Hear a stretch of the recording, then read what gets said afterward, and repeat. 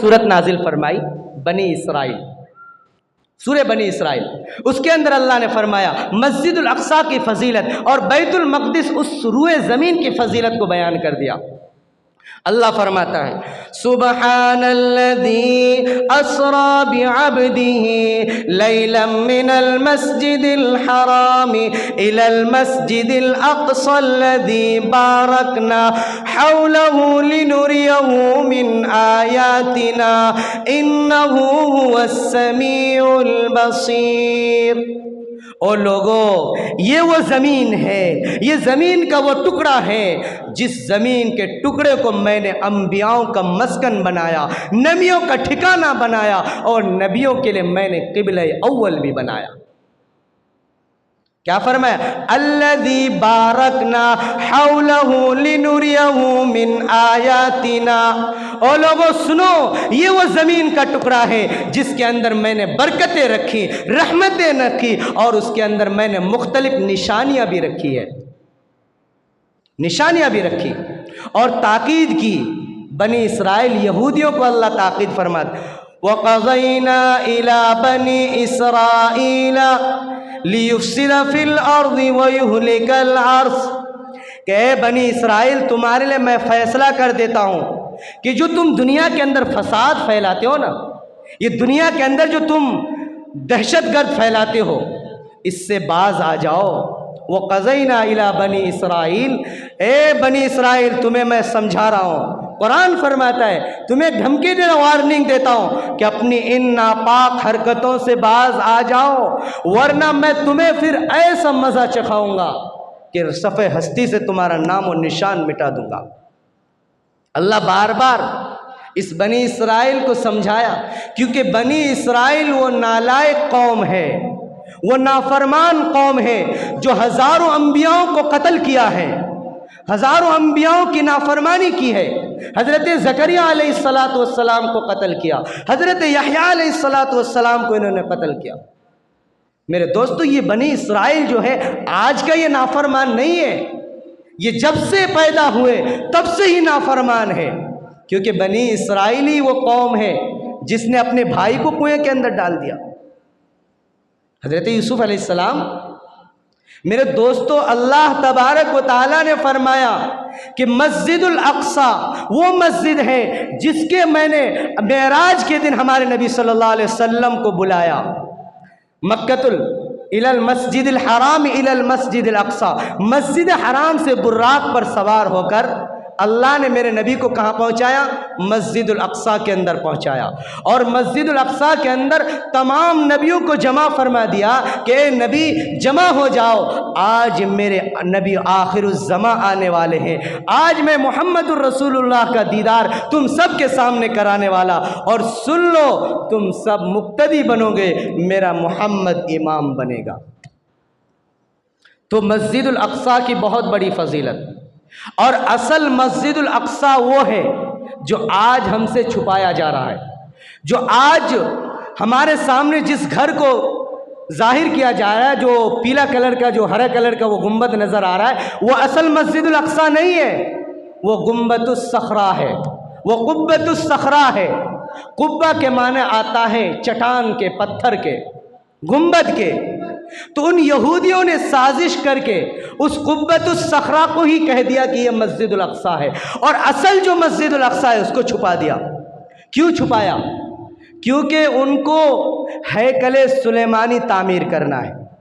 दज्जाल जो आने वाले हैं उसके लिए जो वो दारुल हुकूमत और दारुल खिलाफा जो बनाने वाले हैं, और दज्जाल के रहने के लिए जो पाए तख्त को तामीर करना है, वह मस्जिदुल अक्सा को तोड़ करके हैकल सुलेमानी के नाम से मस्जिदुल अक्सा की जगह वो दज्जाल की दारुल खिलाफा और उसके प्लेटफॉर्म को तैयार करना चाहे। मस्जिदुल अक्सा की जो गुंबद वो काले कलर का है, वो बिल्कुल पुराने हैं। असल मस्जिदुल अक्सा वही है जिसके अंदर हमारे नबी सल्लल्लाहु अलैहि वसल्लम ने नबियों की इमामत फरमाई, और जो हरे कलर की जो गुंबद वाला जो घर हमें नज़र आता है वो कुब्बतुस सखरा वो है जिस चट्टान के अंदर अल्लाह के नबी सल्लल्लाहु अलैहि वसल्लम ने मेराज की रात में बुर्राक को ले आकर उस चट्टान से जो बांधा था, वहाँ लगाम से जो बांधा था उसी चट्टान के ऊपर एक मकान बनाया गया, एक गुंबद के तौर पर एक घर बनाया गया ताकि उसकी भी अजमत बाकी रहे। असल वो कुब्बतुस सखरा है, यानी वो चट्टान वाली गुंबद है जिसके अंदर हमारे नबी सल्लल्लाहु अलैहि वसल्लम के बुर्राक को बांधा गया था। और असल मस्जिद अल-अक़सा वो है जो काले कलर की है, उसके गुंबद काले कलर। मेरे दोस्तों, ये बैतुल मक़दिस जो है हज़ारों साल मुसलमानों के कब्ज़े में रही, लेकिन मुसलमानों के अंदर जो बुराइयां आम हो गई तो अल्लाह तबारक व तआला ने फरमाया कि जब अल्लाह इरादा करता है कि जब मुसलमानों के ऊपर बुराइयां आम हो जाती है तो अपने घरों के ऊपर जालिम बादशाह को मुसल्लत कर देते हैं। तो अल्लाह तबारक व तआला ने एक बादशाह गुजरा है, बाबिल का एक बादशाह बुख्ते नस्सर, बड़ा जालिम बादशाह था। तो उन्होंने मुसलमानों पर हमला करके बैतुल मक़दिस को तातार कर दिया, उसको नेस नाबूद कर दिया, उनकी बेहरमती करके तोड़ फोड़ करके उनको ख़त्म कर दिया और मुसलमानों को गाजर मूली की तरह काट करके रख दिया। फिर बादशाह के बाद फिर अल्लाह तबारक व तआला ने हज़रत उमर फ़ारूक रज़ी अल्लाह ताला अन्हु के ज़माने में ईसाइयों के कब्ज़े में आई। फिर उसके बाद इसकी तारीख़ लंबी है, मैं मुख्तसर बता रहा हूँ कि हज़रत उमर फ़ारूक रज़ी अल्लाह ताला अन्हु के ज़माने में अल्लाह ने फिर मुसलमानों के कब्ज़े में दी। हज़रत अम्र बिन आस, हज़रत अबू उबैदा बिन जर्राह रज़ी अल्लाह ताला अन्हु, ये दो बड़े सहाबी बैतुल मक़दिस में जाकर उन सहेलियों के साथ, उन यहूद व नसारा के साथ जंग किया और जंग करने के बाद बैतुल मक़दिस को फ़तह किया। तो उन्होंने एक शर्त रखी कि हम बैतुल मक़दिस की चाबी उसी शर्त पर देंगे जब तुम्हारा खलीफा अमीरुल मोमिनीन हमारे पास खुद चल कर आएंगे। तो हज़रत उमर फ़ारूक रज़ी अल्लाह ताला अन्हु जब बैतुल मक़दिस गए तो हज़रत उमर फ़ारूक रज़ी अल्लाह ताला अन्हु की निशानी जो है उनकी किताब तौरात के अंदर लिखी हुई थी। उनके पादरी जानते थे कि मुसलमानों का एक खलीफा ऐसा होगा जिनके कपड़े के अंदर 7 जगह चमड़े के पेवंद लगे हुए होंगे। जब हज़रत अमीरुल मोमिनीन हज़रत उमर फ़ारूक रज़ी अल्लाह ताला अन्हु गए तो जो ऊँटनी पर सवार थे, एक ही ऊँटनी था, उनका ग़ुलाम भी उन्हीं के साथ। तो हज़रत उमर फ़ारूक रज़ी अल्लाह, इंसाफ तो देखिए, जब बारी तय कर लिए थे कि आधे रास्ता तुम चलोगे, आधे रास्ता मैं चलूँगा, बारी जब तय की तो बैतुल मक़दिस जब करीब आए तो ग़ुलाम की बारी आ गई। हज़रत उमर फ़ारूक से ग़ुलाम ने कहा कि आप सवार हो जाए, ग़ुलाम ने कहा कि नहीं। हज़रत उमर ने कहा ग़ुलाम से कि आप सवार हो जाए, ग़ुलाम ने कहा कि आप अमीरुल मोमिनीन हैं, बैतुल मक़दिस करीब है और वो सारे सहमीनी और वो यहूद व नसारा आपके सामने चाबी लेकर आए, आपकी शान के ख़िलाफ़ है। हज़रत उमर ने कहा कि अगर अल्लाह क़यामत के दिन मुझसे पूछ लेगा, ए उमर तेरी बारी नहीं थी, ग़ुलाम की बारी में तू कैसे ऊँट पर सवार हो गया, तो मैं अल्लाह को क्या जवाब दूँगा, इसलिए तू सवार हो जा। चुनांचे ग़ुलाम ऊँट पर सवार हुए, हज़रत उमर फ़ारूक पैदल ऊँट की नकील पकड़ करके चल दिए। तो वो जो पादरी दूर से चाबी लेकर आ रहे थे वो समझ गए कि कसम उस रब्बे ज़ुल जलाल की, जो मैंने अपने तौरात के अंदर जो मैंने औसाफ पढ़ी थी आज मैंने अपने नज़रों के सामने देख ले। जब उनके कपड़ों के अंदर झांक करके देखा तो 7 जगह चमड़े के पेवंद लगे हुए थे। वो यहूदी पादरी और कुछ ने कहा और कहा कि लीजिए आपकी चाबी, आपको मुबारक हो। और हज़रत उमर फ़ारूक रज़ी अल्लाह ताला अन्हु के उस इंसाफ को देखकर वो यहूदी पादरी उसी वक्त मुसलमान हो गए। ये हज़रत उमर फ़ारूक रज़ी अल्लाह ताला अन्हु का इंसाफ था। चुनांचे हज़रत उमर फ़ारूक के बाद फिर मुसलमानों से ये क़िबलत को छीन लिया गया। फिर एक बादशाह आया, नूरुद्दीन जंगी रहमतुल्लाह अलैह, बड़े खुदा तरस बादशाह थे। उनके एक मुजाहिद लीडर कमांडर जिनका नाम तारीख़ के अंदर बड़े फ़ख्र से हम लोग लेते हैं, जिनका नाम सलाहुद्दीन अय्यूबी रहमतुल्लाह अलैह है। इनकी तारीख़ बड़ी लंबी, इंशाअल्लाह कभी सुनाऊंगा, मैं फ़ारिग होकर पूरी इनकी दास्तान सुनाऊंगा कि अल्लाह ने उस लीडर नौजवान को ऐसा जज्बा दिया था, ऐसी ताकत अता फरमाई थी कि उन तमाम ईसाइयों को, उन यहूदियों को मज़ा चखा करके फिर दोबारा बैतुल मक़दिस को अपने कब्ज़े में लिया। जब बैतुल मक़दिस को अपने कब्ज़े में ले लिया तो अल्लाह तबारक व तआला ने फिर खिलाफत उस्मानिया का ज़माना कायम हुआ।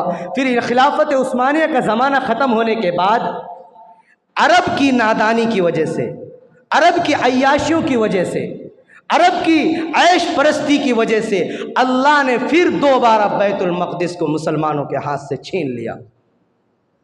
अरब जो मुसलमानों का मरकज़ था, वो अरब ईसाइयों के सामने, यहूदियों के सामने घुटने टेक दिए और ईसाइयों को सोने के तश में रखकर बैतुल मक़दिस को हवाले कर दिया।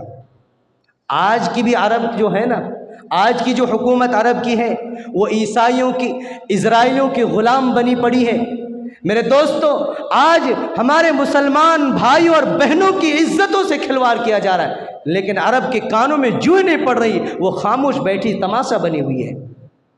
क्या फ़ायदा ऐसी ताकत लेकर, क्या फ़ायदा ऐसी मिलिट्री लेकर, जब हम अपने मुसलमान की मदद न कर सके? क्या फ़ायदा? वो अरब ममालिक अय्याशियों में पड़ गए तो अल्लाह ने बैतुल मक़दिस को दोबारा फिर यहूदियों के कब्ज़े में दे दिया। मेरे दोस्तों, उसके बाद हिटलर आया। जब हिटलर ने अपने मुल्क से, जर्मनी से, और उनको निकाल करके 90% यहूदियों को कत्ल करके 10% यहूदियों को छोड़ दिया, ये कहते हुए कि दुनिया जो मुझे आज बुरा कहती है, हिटलर ने कहा दुनिया आज मुझे कहती है कि मैं जालिम हूँ, मैं जाबिर हूँ, मैंने यहूदियों का कत्ल आम किया। ये 10% यहूदी में उस दुनिया को सबक सिखाने के लिए छोड़ रहा हूँ। चाहता तो मैं इसको भी नाबूद कर देता। 90% यहूदियों का सफाया कर दिया, 10% जो छोड़ दिया, जो आज उन्हीं की नाजायज़ औलाद इज़राइल के अंदर आज मुसलमानों पर बमबारी कर रही है। ये 10% जो उन अंग्रेज़ों की औलाद, उन शैतानों की औलाद ने, जब हिटलर ने अपने मुल्क से निकाल दिया तो पानी जहाज़ के अंदर वो सवार हुए, जर्मन के अंदर गए, जर्मन वालों ने भी जगह नहीं, इटली वालों के पास गए, उन्होंने भी जगह नहीं दी। जिस मुल्क के पास गए, रूस, ईरान, सब मुल्क ने उनको धक्के देकर भगा दिए कि हम तुम्हें जगह नहीं देंगे, क्योंकि हिटलर ने तुम्हें भगाया, हमारे अंदर वो ताकत नहीं, हम तुम्हें जगह देंगे। क्योंकि हिटलर की पावर थी उस वक्त, पूरी दुनिया के अंदर हिटलर की ताकत मानी जाती थी। तो फ़लस्तीन के जो मुसलमान थे, मुसलमान हमेशा रहमदिल होते हैं, मुसलमान हमेशा, मेरे दोस्तों, बिल्कुल फराख दिली के साथ फ़लस्तीन के मुसलमानों ने उनके ऊपर रहम खा कर के जगह दे दी। 1948 के अंदर फ़लस्तीन वालों ने उन निहत्ते, उन नंगे मुंगे, उन शैतान की औलादों को जगह देना था, उनकी बड़ी गलती थी। उनकी जगह थोड़ी सी दी थी कि इस जगह के अंदर तुम अपनी घर बयान करके अपनी ज़िंदगी गुजार लो, लेकिन उन शैतान के औलाद और यहूदियों ने, जिन्होंने जगह दी, उनको ही घर से निकाल दिया, खुद घर वालों को निकाल दिया, और जो बाहर से आए थे वो खुद घर वाले बन गए। और 1967 के अंदर आलमी अदालत लगाई गई और कहा कि ए इज़राइलो सुनो, जो फ़लस्तीनियों ने, गज़ा वालों ने जो तुम्हारे ऊपर एहसान किया है, उस एहसान को फरामोश मत करो। 1967 के अंदर एक बहुत बड़ी मीटिंग मनाई गई और उस मीटिंग के अंदर एक हद मुतय्यन किया कि इस हद के अंदर तुम्हारा बॉर्डर है और इस हद के अंदर फ़िलिस्तीन का बॉर्डर है। फ़िलिस्तीन अपना आज़ादी के साथ अपनी ज़िंदगी गुजारे, तुम अपनी आज़ादी के साथ अपनी ज़िंदगी गुजारो। लेकिन उन जालिमों ने उस आलमी अदालत की बात को नहीं माना और बारहा फ़लस्तीन के मुसलमानों पर अटैक करते रहे, उनको बमबारी के ज़रिए से, मिसाइलों के ज़रिए से निशाना बनाते रहे। इसलिए आज जो हमारा अपना वतन था, फ़लस्तीनियों का अपना वतन था, अंबियाओं का मस्कन था, आज उसी जगह को वो जालिम जाबिर कौम कब्ज़ा करके बैठे हुए और हम घर वालों को निकाल करके वो आज हम पर भी जुल्म की दास्तान ढा रहे हैं। आज लोग उनको मजलूम कह रहे हैं और फ़लस्तीन वालों को, हमास वालों को जालिम कर रहे हैं। तो जो जालिम कह रहा है वो खुद जालिम है, जालिम की मदद करना भी जुल्म है। मेरे दोस्तों, जिन जिन हजरात ने भी जालिम की मदद की वो खुद जुल्म के अंदर शामिल है। इसलिए आज हम मुसलमानों की ये ज़रूरी बनती है कि हम उन फ़लस्तीनियों के हक़ में दुआ करें, अल्लाह के नबी सल्लल्लाहु अलैहि वसल्लम की हदीस मुबारक है कि ए लोगों, अल मुस्लिम कजसदिन वाहिद, के तमाम मुसलमान एक जिस्म के मानिन है। अगर तुम्हारे किसी मुसलमान भाई के जिस्म के अंदर कांटा भी चुभे तो उसका दर्द तुम्हें भी होना चाहिए, उसकी तकलीफ का एहसास तुम्हें भी होना चाहिए। मेरे दोस्तों, वक्त बहुत हो गया, फिलिस्तीन की दास्तान बहुत लंबी है, लेकिन हम सब मिलकर आज दुआ करेंगे कि अल्लाह हमारे उन मजलूम मुसलमान भाइयों की मदद फरमाए, अल्लाह उन जालिमों को तहस नहस खामिल फरमाए, अल्लाह फिर दोबारा बैतुल मक़दिस को क़िबला अव्वल को आज़ाद फरमाए, अल्लाह हम सब को फिर दोबारा उसमें नमाज अदा करने की तौफीक अता फरमाए। क्योंकि बैतुल मक़दिस की वो फजीलत है। अल्लाह के नबी सल्लल्लाहु अलैहि वसल्लम से एक मरतबा एक सहाबी ने फरमाया, अल्लाह के नबी, बैतुल मक़दिस की क्या फजीलत है? अल्लाह के नबी ने फरमाया कि बैतुल मक़दिस में एक रकात नमाज पढ़ना 1000 रकात नमाज पढ़ने के बराबर सवाब है। ए सहाबी सुनो, अगर तुम बैतुल मक़दिस में नहीं जा सकते, बैतुल मक़दिस में नमाज नहीं पढ़ सकते, कम से कम बैतुल मक़दिस के लिए तेल का हदिया ही भेज दो ताकि वहाँ की चिराग रोशन हो सके। इसलिए हमारी भी जिम्मेदारी बनती है कि हम जितना हो सके अपने उन मजलूम भाइयों के लिए दुआ करें, मदद करें, जैसे भी हो सके। अल्लाह के नबी ने फरमाया कि मुसलमानों का सबसे बड़ा फ़र्ज़ बनता है कि अगर कोई जालिम मजलूम पर अटैक करे, मजलूम पर जुल्म करे, तो पहले हाथ से रोके, अगर हाथ से रोकने की ताकत नहीं है तो ज़बान से रोके, अगर ज़बान से भी रोकने की ताकत नहीं है तो दिल से कम बुरा समझे। इतना तो हम सब करेंगे। अल्लाह हम सब को अमल करने की तौफीक अता फरमाए। आमीन व आखिर दावाना अल्हम्दुलिल्लाहि रब्बिल आलमीन। जो हज़रात सुन्नत से फारिग हो जाए।